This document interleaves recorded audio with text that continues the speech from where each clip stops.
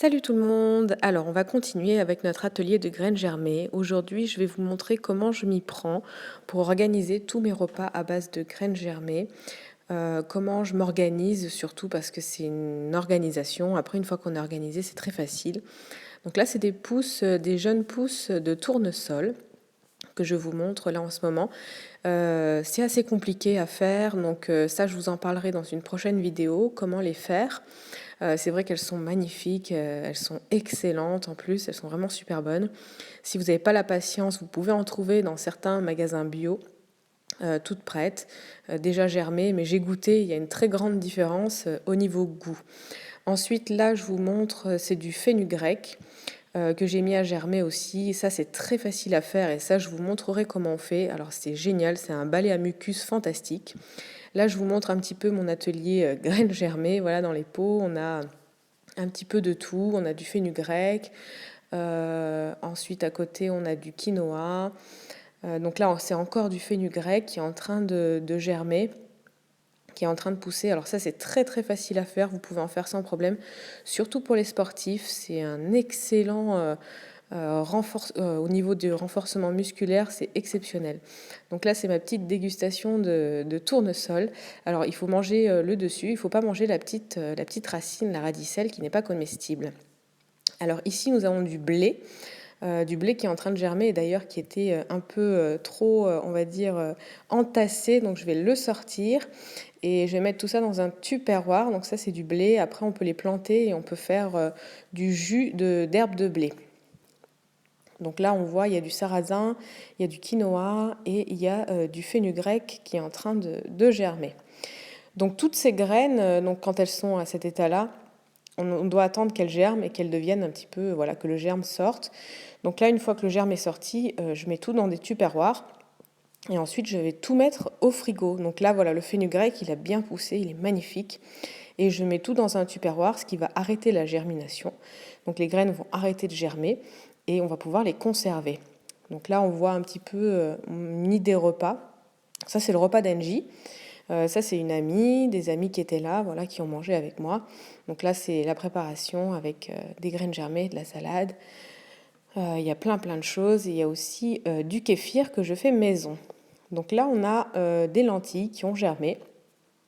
Donc là, elles sont magnifiques. Pareil, je vais les mettre dans un tupperware. Je les ai sorties.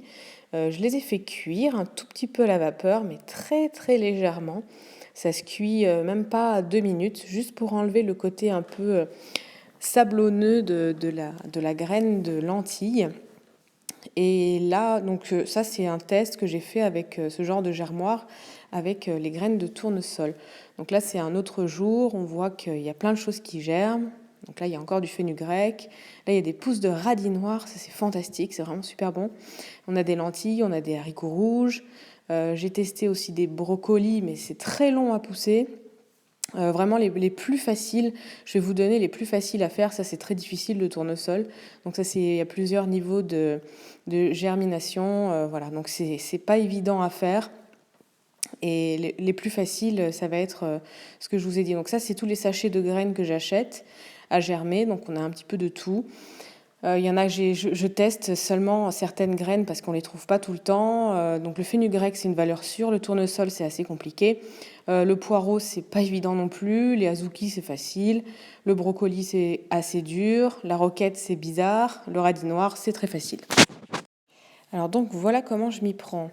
Donc là, j'ai mis du riz à tremper pour le faire cuire après plus tard. C'est du riz complet. Ici, il y a des blettes du jardin que je vais laver, essorer à fond, et également du pissenlit du jardin. Voilà, donc là, je vais les laver, les essorer. Et ensuite, toutes mes graines qui sont prêtes, je vais toutes les mettre dans des tupperwares. Je vais tout mettre au frigo. Et là, il y en a pour 3-4 jours et j'aurai juste à sortir mes tupperwares et à mettre une cuillère à soupe de chaque dans ma salade et couper ma salade. Donc tout est prêt en fait. Donc pendant 3 jours, vous êtes tranquille. Et ensuite, j'ai remis à germer pour faire un roulement. Donc pendant 3 jours, ça va germer. Et au bout de 3 jours, je remettrai tout dans les tupperwares. Et comme ça, il n'y a plus qu'à sortir du frigo et tout est prêt. Donc là, je vous montre un petit peu mes idées repas. Donc je fais des salades qui sont quand même assez grosses. et je vais rajouter quelques légumes crus que je vais couper à la minute dessus. Et c'est vrai que du coup, la salade, elle prend très très peu de temps à faire puisque vu que tout est déjà prêt dans le frigo, il y a juste les tupperwares à sortir et à mettre tout dans la salade. Et en général, j'essaye de mettre un petit peu de tout dedans. Je rajoute un petit peu des graines aussi de temps en temps. Donc ça, c'est quand je vais dans mon jardin, c'est tout ce que j'ai récupéré de mon jardin. Ici, on a les rangements de toutes les graines qui sont dans mes placards. Et ça, c'est voilà, mes salades, comment elles sont organisées. Donc il y a toujours dans mes salades une grosse proportion de graines germées, beaucoup de salades vertes, beaucoup de légumes, quasiment tout est cru, quelques graines, des lacto-fermentés. Je mets aussi des fois des poivrons, de l'ail. Ici, j'ai mis de la levure maltée, ça donne un petit goût de parmesan, c'est très sympa aussi de temps en temps. Donc là, on voit vraiment comment j'organise mes repas, c'est-à-dire une grosse portion de verre, grosse portion de graines germées. Donc en général, il y a toujours alfalfa, fenugrec, du radis noir. Ensuite, il y a des lacto-fermentés. Là, par exemple, il y a de la betterave et de la carotte. J'ai toujours une légumineuse au choix, donc soit des haricots mongo, soit des azuki, soit des haricots rouges, soit des pois chiches. Ça sera toujours une cuillère à soupe à peu près.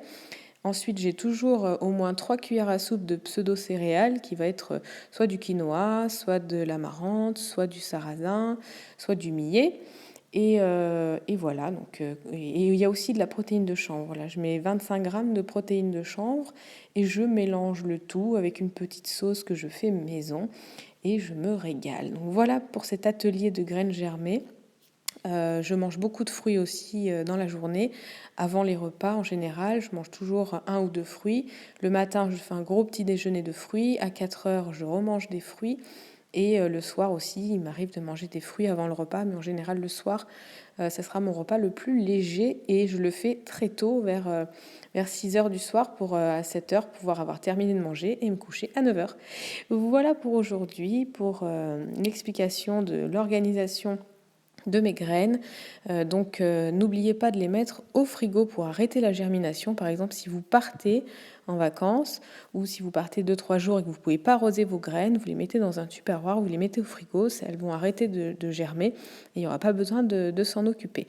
Donc pour le roulement, c'est juste 2 fois par semaine que j'organise tout et après on est tranquille pour plusieurs jours. Voilà, je vous dis à très bientôt et si vous avez des questions, n'hésitez pas. Salut, salut!